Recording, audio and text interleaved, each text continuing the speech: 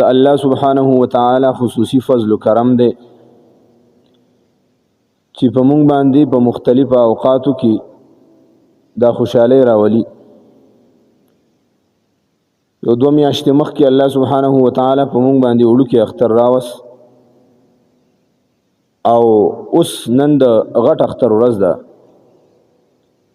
یقینا دا د الله سبحانه وتعالى فضل و کرم دی. او بیا د خوشحالي خبره دا ده چې د اسلام مزاج دا دی چې خوشحالي دا خامخا د یو عبادت سره ټچ کوي. وړوکی اختر په دې موقع راغی چې مسلمانانو یوه میاشت روجې ونیولې. الله سبحانه وتعالى ورته په اخره کې د خوشحالۍ ورځ ورکړه چې تاسو زما عبادت وکړه یوه میاشت او خوب عبادت هم وکړه، د دې په انعام کې زه تاسو ته وړوکی اختر درکو. او د غټ اختر دا موقع چې کله مسلمانان د یو عظیم عبادت د حج نه فارغ شینو، الله سبحانه وتعالى دا غینه بعد به طور انعام دیو ته د غټ اختر دا ورځ ورکي. نو مقصد د خبرې دا دی چې د اسلام د شریعت مزاج دا دی چې خوشحالی هم د عباداتو سره ټچ کړی ده. یعنی مخکې چې کوم دینونه نو په هغې کې به د شخصیاتو په حواله سره یا د یو معرکې په حواله سره د جنگونو د فتح په حواله سره وروسته خوشحالي مناوېدله. خو لیکن اسلام د دې خبرو یکسر مخالفت وکړو. پیغمبر علیه الصلاۃ والسلام دنیا ته راغلی د څومره لویه هستی ده، خو د هغه په پیدایش باندې شریعت مونږ ته دا حکم نه دی کړی چې تاسو عید مناو کړئ. که شریعت مونږ ته حکم کړی دی نو هغه په دې حوالې سره کړی دی چې تاسو عید مناو کړئ، اخترونه وکړئ. دا 2 اخترونه به طور انعام چې شاته په دې پسې تاسو عبادت پروت. پیغمبر خدا صلی الله علیه وسلم چې کله مدینه منورې ته تشریف یوړو نو هلته کې به خلکو د خوشحالۍ خاص ورځې وي، هغه به یې مانځلې. پیغمبر علیه الصلاۃ والسلام ارشاد وفرمایا زه د دې 2 ورځونه بهترې ورځې ستاسو دپاره هغه ما منتخب کړي دي چې یو عید الفطر دی یو عید الاضحی دی. تاسو خوشحالۍ په دې 2 ورځو باندې کوئ. دا غټ اختر دا موقع د دې مناسبت د قربانۍ سره هم دی. حدیث مبارک کې راځي رسول الله صلی الله علیه وسلم ارشاد فرمای د دې 3 ورځو یعنی د لسمی د دې میاشتې د 11 او د 12 دا د اختر ورځې دي 3. په دې ورځ باندې چې په کومه ورځ ته قرباني کې ته کولی شي، بهتره دا ده چې په نننۍ ورځې وکړي. او که اوس راته موقع میلاو نه شوله په سباله هم کولی شي، په بل سباله باندې هم کولی شي. نو حدیث مبارک کې راځي رسول الله صلی الله علیه وسلم ارشاد فرمای په دې 3 ورځو کې الله سبحانه وتعالى ته د قربانۍ نه علاوه بل یو عبادت زیات محبوب نشته دی. د ټولو نه بهترین عمل په دې 3 ورځو کې هغه احراق الدم دی، وینه تویول دی. او د دې اهمیت د دې نه واضح کیږي د قربانۍ چې پیغمبر علیه الصلاۃ والسلام 3 کاله عمر د حجۃ الوداع په موقع باندې رسول الله مبارک 100 اوښانې قرباني کړه. 3 اوښان رسول الله صلی الله علیه وسلم په خپل لاس مبارک باندې نحر کړه. په خپل لاس اسی د پیغمبر علیه السلام هم ډېر لوی قوت و. اوښ څومره لوی ځناور دی، لوی څاروی دی، د ګاډي عمره وزن وړي. او په یوه ورځ باندې 3 اوښان نهار کول دا هم ګورې د یو لوی پهلوان کار دی. مونږ یو څاروی را پرې باسو او بیا وایو یاره شینچی پسې پوخ کوو، ستړي شوي یو، میلمه ته نه راوځو، کلیجي پخه کوو، نو زمونږ ملا ورته ماتی. خو رسول الله مبارک په ایکي سر باندې 63 اوښان 3 اوښان دا نحر کړه. او دا نور حضرت علی رضی الله تعالی عنہ ته وی دا ته په خپل باندې نحر کړه. هغه حضرت علی رضی الله تعالی عنہ هغه نحر کړ. اوس په دې کې دې طرف ته اشاره ده چې د قربانۍ دومره لوی اهمیت ده چې رسول الله صلی الله علیه وسلم دغه درش په ته اوخان نهر کړ. اشاره پکې دې خبرې ته ده چې په هر یو کال باندې د خپل ژوند رسول الله مبارک څه کړی دی هغه څاروی قربان کړی دی. درش په ته عمر یو کنه او درش په ته اوخان نهر کړ. د حضرت انس رضی الله تعالی عنہ روایت ده رسول الله صلی الله علیه وسلم ارشاد او فرمایا چې کله مدینه منوره ته راغی نو اقام رسول الله صلی الله علیه وسلم بالمدینه 10 سنین. رسول الله صلی الله علیه وسلم په مدینه منوره کې لس کاله تیر کړ. وفي كل سنه يضحي. رسول الله صلی الله علیه وسلم ار یو کال قربانی وکړه. دسی کال به کې نو تیر شوی چې قربانی رسول الله مبارک نه وکړ. او په مونږ او تاسو باندې دومره مهربانه چې په یو موقع باندې حضرت علی رضی الله تعالی عنہ فرمای ذبح رسول الله صلی الله علیه وسلم کبشین املحین اقرنین سمینین. رسول الله صلی الله علیه وسلم یو کال دو غډان ذبح کړ. ګډ ذبح کول ګډ قربانی کول دا بهتر خبره. هغه وجه دا ده چې دا مونږ چې کوم قربانی مانځو ا قربانی کوو دا چا سنت ده؟ د حضرت ابراهیم علیه السلام. ابراهیم علیه السلام چې کله خپل زوی اسماعیل علیه السلام ذبح کاو نو الله تعالی وته د جنت نصر علی غلو ګډه وته علی. نو ګډه د یو خو دغه وجده چې حضرت ابراهیم علیه السلام د هغه قربانی سره مناسبت پیدا شي. دویمه وجه دا ده چې حدیث مبارک کې راځي صحابه کرام د رسول الله مبارک نه تاسو کوي د الله رسول دی قربانی تاریخ مختلف بیان کړي. رسول الله مبارک ارشاد فرمای دا د حضرت ابراهیم علیه السلام سنت عمل. بیا ته تاسو کې د الله رسوله مونږ ته وبدي کې څه ملایوي. رسول الله مبارک ارشاد فرمای چې تاسو ته په هر یو وخت باندې اجر او ثواب ملایوي نیکی به ملایوي. نو صحابي بیا تاسو کوي چې د الله رسوله چې ګډي نو په ګډ باندې خوړې ډیرې کنه نو بیا به د هغه څه پوزیشنی. نو رسول الله صلی الله علیه وسلم د هغه په حواله سره ارشاد فرمای بكل شعره من الصوف حسنه. د ګډ د وړې په برابر با د هر یو وخت د هغه تاسو ته نیکی ملایوي. نو هغه نیکی هم په دغه اعتبار سره په ګډ کې سیوا دي. د دې وجنا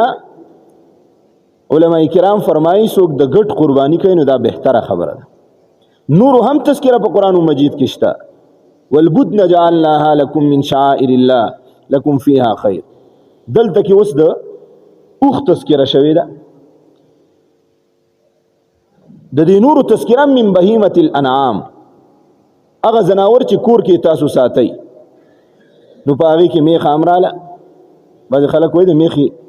هغه درست نه ده کنه. نو من بهیمه الانعام قران کې الله سبحانه وتعالى ارشاد او فرمایي چې کور کې تاسو کم ساروي ساتي د خوراک دا غي غوخه خوراک درست دی چوپایي سلور خپي والای نو تاسو د هغه نه قرباني کولای شئ. میخه به کوم رااله بعض خلک وایي را پیغمبر علیه السلام یا صحابه کرامو د میخ نه قرباني نه وکړي. الکه نو د صحابه کرامو د پیغمبر علیه السلام په دور کې دا ساروی وونه کچری دا ساروی وې نو پیغمبر علیه السلام به د دینم قرباني کړي وي. حجاز داسې سرزمینو چې په هغه کې به د میخ دا نسل نو بلکې توسه پوری دا کوم ملګری تاسو غوال د وخت روي میخي به تاسو چرته نه لیدي کشته ده نشته ده. بلکې الته کې ما یو ملګری قصه کوله نو هغه وی چې زما سره مدینه یونیورسيټي کې یو ملګری ما ته وی چې د اوسه پورې ما میخ لانه د لیدل دي سی برای راست ما ته وی چې ولي او ما زین ته دا خبره نه راځه نو هغه وی چې زکه چې د اوسه پورې چړیاګر ته نه متلې یعنی د هغه خلکو دا ساروی د چړیاګر د ساتلو دی نو دا نو ځکه پیغمبر علیه الصلاۃ والسلام د دینه قربانی نه د کړی او اوس دلیل څه دی چې قربانی ته کول پکار دی جایز دي دلیل دا دی چې څومره فقهای کرام دي یا څومره هغه لغت والا دي یعنی په عربی ژبه باندې چې کم پوهیږي کم خلک نو هغه ټولو چې کله د جاموس تذکره راشي د میخي نو لیکلي دي ورته الجاموس نوع من البقر میخه دا قسم دی د څه شي دا د غوا یو قسم دی او چې د غوا قسم شو د غوا نه کول جایز دی پیغمبر علیه الصلاۃ والسلام بیبیانو د غوا نه قربانی کړې ده نو د دین هم قربانی کول دا درست شو نو د خبره مقصد او غرض می دا دی چې قربانی کول په دې ورځو کې د ټولو نه بهترین عمل دی او بیا د خوشحالۍ یو خبره بل تاسو ته زارس کوم حدیث مبارک کی راضی د قیامت په ورځ باندې با د قیامت په ورځ باندې با د قربانی را وستلې شي سره د خکرو برا وستلې شي سره د وختو برا وستلې شي او سره د سو برا وستلې شي واستاسو نزه تاسو کوم پیغمبر علیه الصلاۃ والسلام په دې قربانی کې هغه ځین ذکر کړ چې نه خړلې کی سوې سو خوري نه خوري خکر سو خوري نه خوري وخت سو خوري نه خوري پیغمبر علیه الصلاۃ والسلام دا ول ذکر کړ په غوا کې خو بهترین سیس په ساروی کې خو بهترین سیس غوخه ده مازغدی پکې نه لیدې پکې هغه ذکر نه او هغه سیزونه ذکر کړ چې نه خړلې کی د دې د پاره ذکر کړ چې ګورا د قربانی هر یو سیز ګوره قیمتي دی هغه قیمتي څه اخو دی خو چې کوم ته تاسو به قیمت وای او هغه کوم نه خوري هغه گزاري دا غیم د الله سبحانه و تعالی په نسبت باندې دومره لوی قدر او قیمت ته چې دا به هم را وستل شي او تاسو د میزان په تل کې به اجر او ثواب واچول شي کله چې یو ادناسی ذکر شي نو اعلی سیس پاغي کې خود به خود راشي او بیا رسول الله صلی الله علیه وسلم ارشاد او فرمایا فطيبوا بها نفسا کله چې تاسو قربانی کوئ نو دل کول کر قربانی کوئ یعنی په خوشحالی سره قربانی کوئ زړه په متنګوي چیرې دا خو ما دومره ګېډې ورک یره دا خو مو زبا کوم خبره به ختم شي نو دا خبره به ذهن ته نه راوړي د قربانی مقصد څه دی قربانی مقصد احراق الدم دی وینه تو یول دی وینه تا توې کړه د الله سبحانه و تعالی په نسبت باندې ته مقبول وګرځي دومره زر مقبول وګرځي حدیث مبارک کې راځي رسول الله صلی الله علیه وسلم ارشاد فرمایي کله چې یو سړی ساروی را پرې باسي د دې په مړای باندې چاړه ولګي او د دینه اولنې قطره راوځي دا سمکه ته نه رسیدلی لا دا د ساروی د مرینا درګونو نوینه راوتل او زمکه ته تلل بده کې څومره وخت لګي بده کې د سکندونو نه ام کم وخت لګي مایکرو سکند لګي بده کې لازمکه ته نه رسیدلی زمکه ته نه رسیدلی په هوا کې دا د زمکه د ټچ کېدو نه مخکې الله سبحانه و تعالی دغه قربانی ستاسو لپاره قبول کړي اسې تاسو نه تاسو کوم تاسو ساروی زبا کړی دی قربانی کړی دی د قیامت په ورځ باندې هغه ساروی په جنت کې ګرځي او چې تا زبا کړی دی تاسو ذهن تاسو دا خبر راځي چې تاسو به د جنت نه بهر یې چې ساروی په جنت کې دی او ته د جنت نه باري نه الله ډیر مهربان ذات دی چې ستاغه ساروی قبلې نو تا به سره خامخا قبلې کنه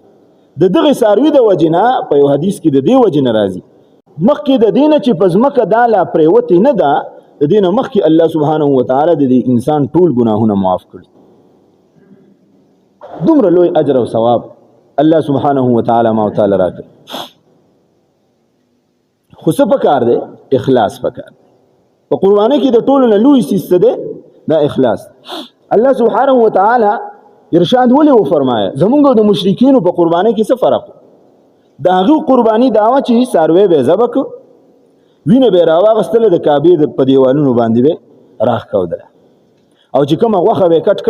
کټ کړه نو هغه به بیا د بوتانو مخې ته کېښوده،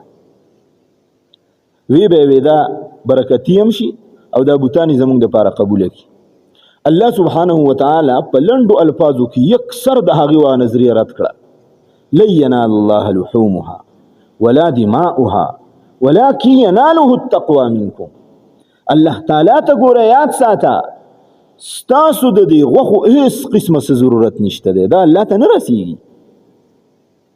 ولا دماؤها او په دې وینه باندې چې کومه کانه تاسو کوئ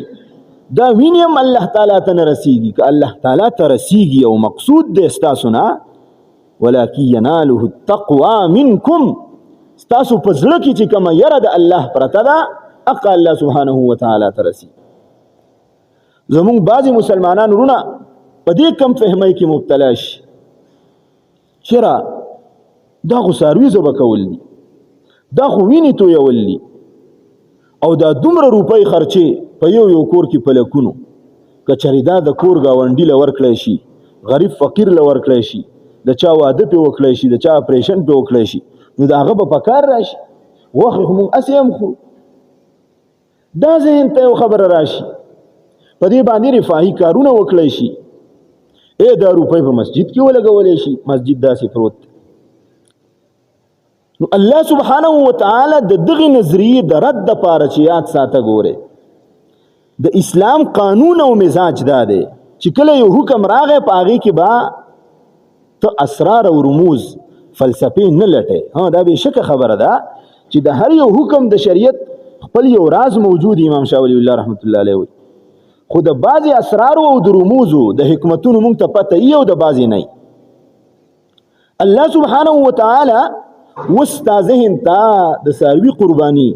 نه راځي، ستا ذهن یې نه اخلي، ستا سمج په کار نه کوي. د دې دپاره خو حضرت ابراهیم علیه السلام ته الله سبحانه وتعالی د زوی د قربانۍ حکم کړی دی چې زوی دې ذبح کړه. اوس ته اندازه ولګوه زوی ذبح کول دا سمج ته راځي؟ زوی ذبح کول سمج ته راځي؟ بالکل نه راځي. څاروی خو بیا هم د خوراک سیز دی، خو چې زوی ذبح کړې په هغه باندې به څه کوې؟ الله سبحانه وتعالی د قربانۍ په مقصود یو د څاروي قرباني ده چې ته څاروی ذبح کا، او بل د خپل انا قرباني ده چې ستا کوم مزاج جوړ شوی دی د شریعت په خلاف، چېرې دا ولې کېږي او دا ولې کېږي او دا څنګه کېږي او دا خو داسې پکارو. نو الله سبحانه وتعالی حکمت دا یې ښودی دی چې څنګه ته څاروی ذبح کې. دا خبره ډیره اهمه ده، دې طرف ته متوجه شئ چې څنګه ته څاروی ذبح کې نو د دې څاروي د ذبح سره سره خپل انا هم ذبح کا. ستا چې کوم مزاج د شریعت خلاف جوړ شوی دی چې په هر یو څیز کې ته نکته چینی کې، دا ورسره هم ذبح کا چې ته تابعدار شي الله سبحانه وتعالی طرف ته. او بل خبره دا ده چې دا په پلان کې کار کې ولې نه لګي، دا پیسې او په پلان کې نه لګي او د دې څه فایده نشته دی. نه د دې ډیره لویه فایده ده. تاسو اندازه ولګوئ که نن زمونږ په دې کلي کې څومره خلکو قربانۍ اخیستي، څومره خلکو به غریبانو به دا قربانۍ خرڅې کړي، هغوی به د دې باندې څومره ګټه حاصله کړي. نن چې دا ذبح کېږي د دې سرمنې به څومره فیکټریانو ته لاړې شي، د هغې نه به څومره هغه سیزونه تیار شي، څومره ګاډو والا په دې کې فایده وکړله، ستا قرباني راوړله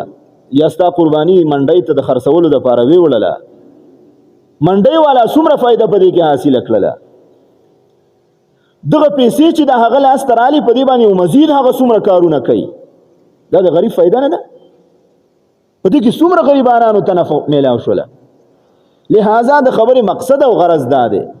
چې د قربانۍ یوازې روحاني فواید نه دي، د قربانۍ معاشري ته هم ډېرې لوی فائدې دي، غربا او مساکین او فقراو ته هم ډېرې لوی فائدې دي. د دې قربانۍ د وجې نه با ستا په کلي کې ستا ګاونډي ډېر وخت غوښه نه یې خوړلې، ستا د دې قربانۍ د وجې نه به هغه غوښه ونه خوري. دا فائدې دي. نو خبره مې دا عرض کوله چې د مشرکینو او زمونږ د قربانۍ په حوالې سره دغه فرق. دویم فرق د تیرو امتونو زمونږ د قربانۍ په حوالې سره دا دی چې تیرو امتونو کې چې بچا قرباني وکړله نو د هغې د قبولیت نښه دا وه چې په یو ډیرکۍ به یې کېښوده، اور به راغی هغه به یې وسوځوله، دا به د قبولیت علامه وه. قرآن کې الله سبحانه وتعالی ارشاد فرمایي چې تر څو پورې به هغه اور نه وه خوړلې تر هغه وخته پورې به هغې ته قبوله شوي نه ویلی کېدل. او په بایبل کې د دې لپاره سوختنی قرباني دا لفظ استعمال شوی دی، سوختنی قرباني. بلکې حضرت محمد رسول الله صلی الله علیه وسلم چې کله مدینه منورې ته هجرت وکړ نو هغه يهوديانو ورته هم دقه یو پوینټ یې ښودی چې داسې قرباني راوله چې هغه اور اخري، د هغې نه بعد به موږ په تا باندې ایمان راوړو. به هر حال زمونږ په امت کې څه وشو، الله سبحانه وتعالی اجازت ورکړه چې دا تاسو ځان لم خوړی شئ، فقرا او غرباو له هم ورکولی شئ. او مخکې ما یو خبره تاسو ته عرض کړې وه چې د الله سبحانه وتعالی د طرف نه په دې ورځ باندې د ټولو خلکو ضیافت کېږي، میلمستیا کېږي. هم دا وجه ده څه ورځې نورې او څه د دې عیدینو دا دوه ورځې په دې باندې روژه نیول دا مکروه تحریمي دي. یو کس روژه ونیوله دې ګناهګار دی، حرام کار یې کړی. دا موږ چې د اختر د څاروي د خوراک پورې دا کم ټیم خوراک نه کوو دې ته عام طور باندې خلک روژه وایي، دا روژه نه ده، امساک ته د هغه ټیمه پورې دا مستحب عمل دی. اوس دا دوه ورځې روژه نیول ولې حرام دي؟ د دې وجې نه حرام دي چې دا د الله سبحانه وتعالی د طرف نه د میلمستیا ورځ ده، عام ضیافت دی. اوس د الله ضیافت او د الله میلمستیا خو به ټکراوی نه که نه، لہذا په دې به روژه نه نیسي. اوس چې الله میلمستیا کوي نو د چا په ذریعې سره به یې کوي که نه، الله خو د اسمان نه غوښې نه راوړی، خو ستا په ذریعې سره زما په ذریعې سره به د خلکو څه کوي؟ میلمستیا کوي. ما او ته اوس د خلکو دپاره څه جوړ شو؟ نمایندګان د الله سبحانه وتعالی د طرف نه، نمایندګان جوړ شو د الله تعالی د طرف نه. او دقه میلمستیا د غوښې په شکل کې په ما او ته باندې الله سبحانه وتعالی په خلکو کې تقسیموي. زه دې خبرې ته سوچ کوم، دا ډېره لویه د سعادت خبره ده چې یو انسان الله خپل هغه نماینده جوړ کړي چې زه خلکو له میلمستیا کوم او د چا په شکل کې کوم؟ ستا په شکل کې کوم، ستا په لاس باندې کوم. لہذا د قربانۍ مقصود دا دی چې د قربانۍ غوښې دې ډېرې تقسیم شي، ځکه چې د الله ضیافت عام دی نو چې عامو خلکو ته دا غوښې ورسیږي، د خلکو دا قرباني دا خوره شي، د الله ضیافت او میلمستیا دا عام شي، نو اله به د قربانۍ مقصود ګوره حاصل شي. اوس د حضرت ابراهیم علیه السلام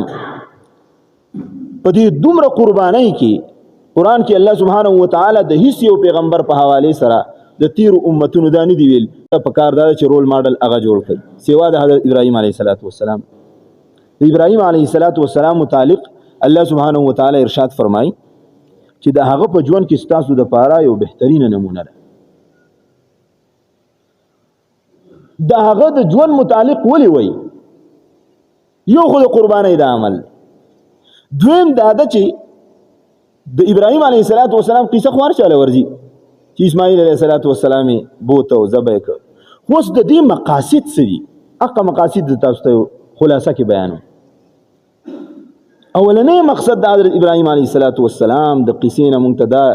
حاصلیږي چې ابراهیم علیه السلام په داسې معاشره کې سترګې کولاو کړې وي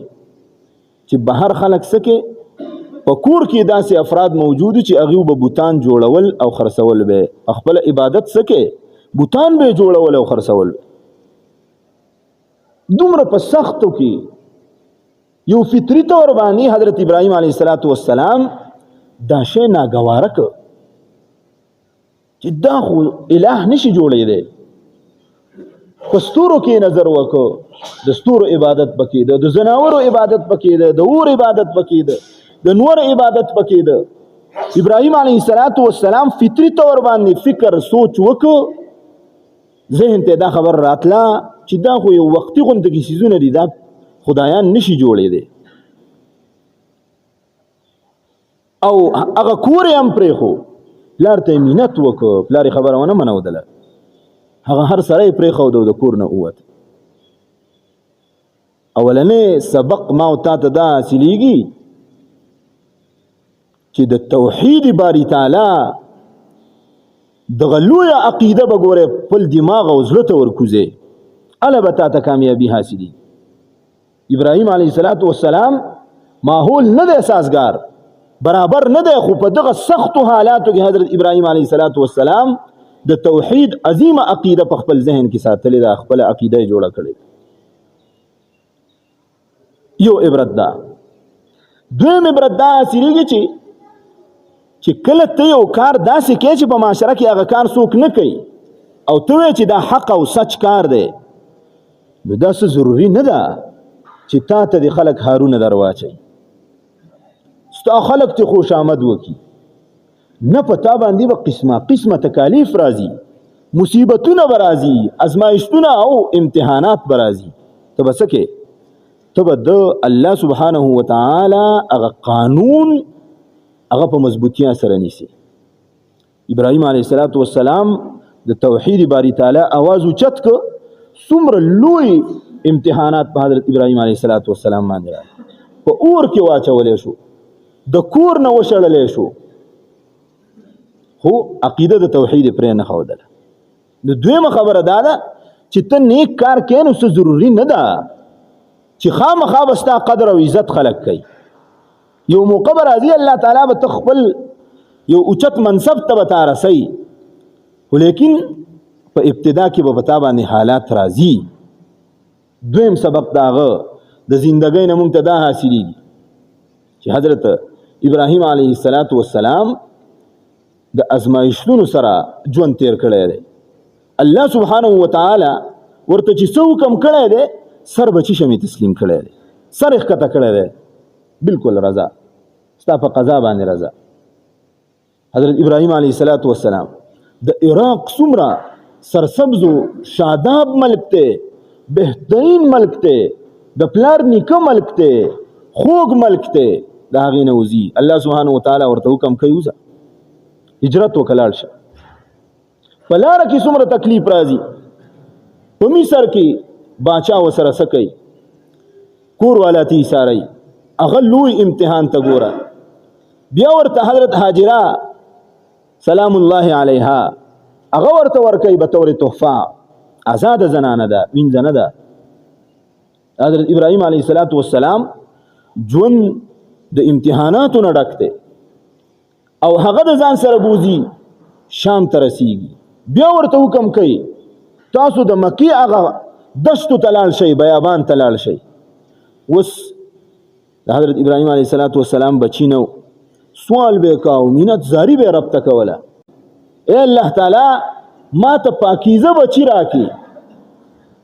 او تاسو ته پته شته عمر یې څومره دی مفسرین فرمایي چې کله حضرت اسماعیل علیه السلام پیدا کېده نو د حضرت اسماعیل علیه السلام د پیدایش په وخت کې د حضرت ابراهیم علیه السلام عمر د 86 سال نه واخله تر 90 سال په منځ کې څومره عمر 86 سال نه واخله تر 90 سال په منځ کې عمر دی دومره عمر سیوا شوی دی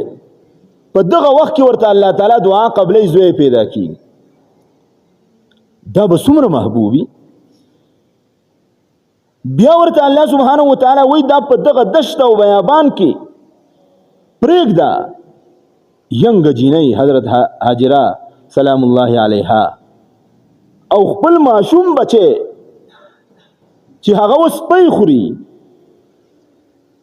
دشته ده سشینکې نشته ده اوبه نشته ده د خوراک څه نشته ده انسانان نشته ده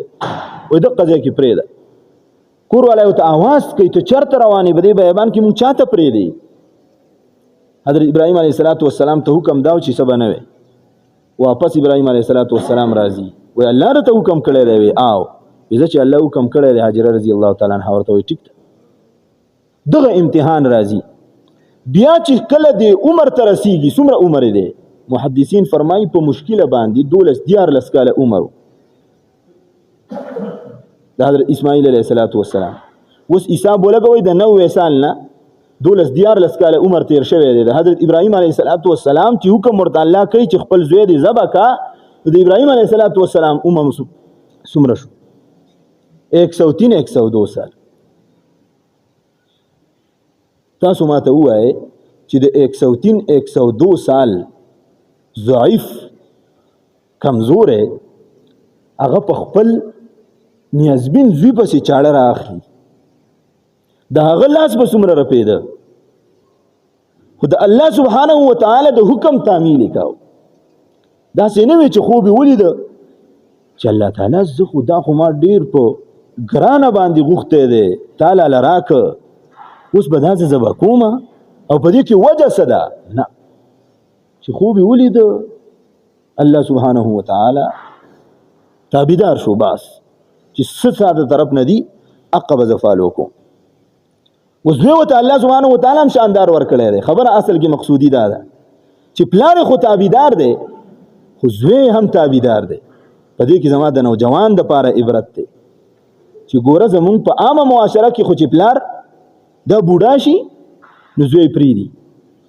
وایي مړه د ګټې وټې نه ووته اوس زما دپاره څه نشي کولی اوس پرې زه څه کوم چې کله ولې روپۍ ګټي پیسه ګټي نو د هغې نه مخکې دی خوشحاله وي خیال ساتي څه ول راوړي خو چې کله پلار د خپلو ګټو وټو نه وځي نو بیا دا زوی څه کوي بیا دا نافرماني کوي حضرت ابراهیم علیه السلام د 102-3 سال ضعیف کمزور دی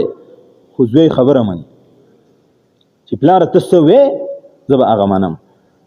په دې کې زمونږ دپاره دقه عبرت دی چې په هر آن کې که ته ځوان او که ته بوډا یې ستا د عمر هره حصه دا د الله سبحانه وتعالی په تابعدارۍ کې دې تېره شي الله سبحانه وتعالی دې په دې خبرو باندې مونږ ته د عمل کولو توفیق راکړي او چې څومره قربانۍ دي الله تعالی دې په خپل در کې قبول او منظور وګرځوي واخر دعوانا الحمد لله رب العالمین